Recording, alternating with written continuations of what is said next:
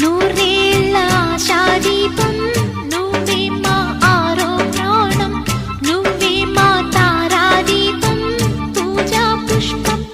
ఓ అమ్మంటే మెరిసే మేఘం కురిసే వాన, నాన్నంటే నీలాకాశం తల వంచేనా.